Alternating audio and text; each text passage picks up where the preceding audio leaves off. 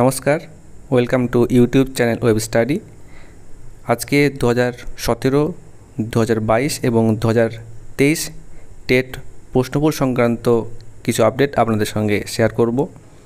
2017 এবং 2022 সালের যে প্রশ্নভুল মামলা রয়েছে সেটা কলকাতা হাইকোর্টে বিচারাধীন রয়েছে।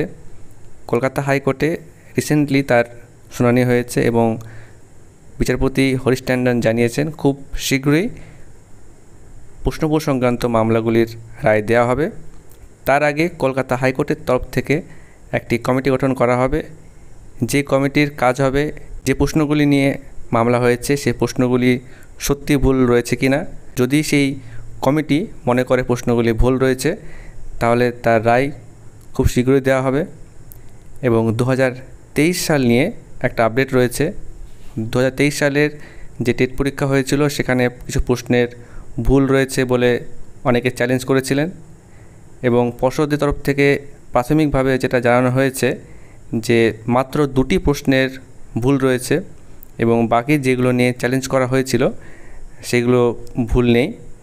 তবে এটা তাদের প্রাথমিক রিপোর্ট, অর্থাৎ আমরা বুঝতেই পারছি যে নতুন করে 2023 সালের টেটের অ্যান্সার কী দেওয়া হবে। এখন প্রশ্ন হলো মাত্র 2টি প্রশ্নতেই কি ভুল রয়েছে না আরও বেশি প্রশ্নে ভুল রয়েছে। অনেকে মনে করছেন যে 2টির অধিক প্রশ্নে ভুল রয়েছে। এক্ষেত্রে যদি পর্ষদ মনে করে যে মাত্র 2টি প্রশ্নতেই ভুল রয়েছে তাহলে 2023 নিয়েও কলকাতা হাইকোর্টে মামলা হওয়ার সম্ভাবনা রয়েছে। পর্ষদ একই ভুল বারবার কিভাবে করতে পারে? 2014, 17, 22 এবং এখন 23 বারবার টেটে একাধিক প্রশ্ন এভাবে ভুল বেরোচ্ছে। তো এবং এই প্রশ্ন ভুলের জন্য বারবার মামলা হচ্ছে এবং মামলা হওয়ার ফলে নিয়োগ প্রক্রিয়াগুলো অনেক ক্রিটিক্যাল হচ্ছে।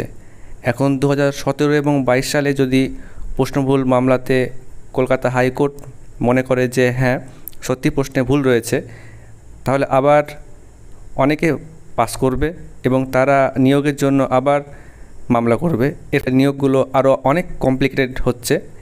পর্ষদের উচিত প্রশ্ন করার আগে অন্ততপক্ষে 100 বার সেটা যাচাই করা, তো তা না করে বারবার পর্ষদ একই ভুল করছে, যার ফলে প্রশ্নভুল নিয়ে অনেক মামলা হচ্ছে এবং নিয়োগ প্রক্রিয়াগুলো আরও দেরি হচ্ছে।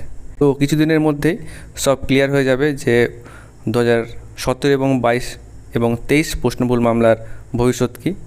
যদি এই সংক্রান্ত কোনো আপডেট থাকে আপনাদের সঙ্গে শেয়ার করব। ধন্যবাদ।